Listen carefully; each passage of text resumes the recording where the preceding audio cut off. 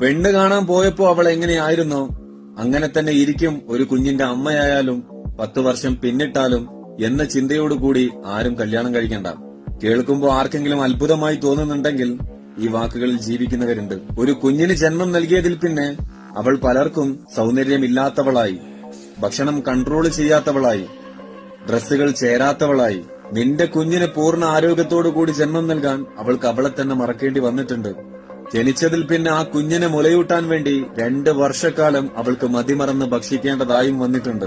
എന്നാൽ ഈ 2 വർഷക്കാലം ഒരു അമ്മ അനുഭവിക്കുന്ന മാനസിക സമ്മർദ്ദം എത്രത്തോളമാണെന്ന് നീയൊക്കെ ചിന്തിച്ച് തുടങ്ങുമ്പോഴേക്കും മുടി നരച്ചും കൊഴിഞ്ഞും തുടങ്ങും. നീയും ഒരു അമ്മയിലല്ലേ ജനിച്ചത്? അന്ന് അവരും അവരുടെ സൗന്ദര്യത്തെക്കുറിച്ച് ചിന്തിച്ചിരുന്നുവെങ്കിൽ ഇന്ന് പൂർണ്ണ ആരോഗ്യത്തോടുകൂടി ഒരു പടുവൃക്ഷമായിട്ട് നിനക്കെന്ന് നിലകൊള്ളാൻ സാധിക്കുമായിരുന്നു.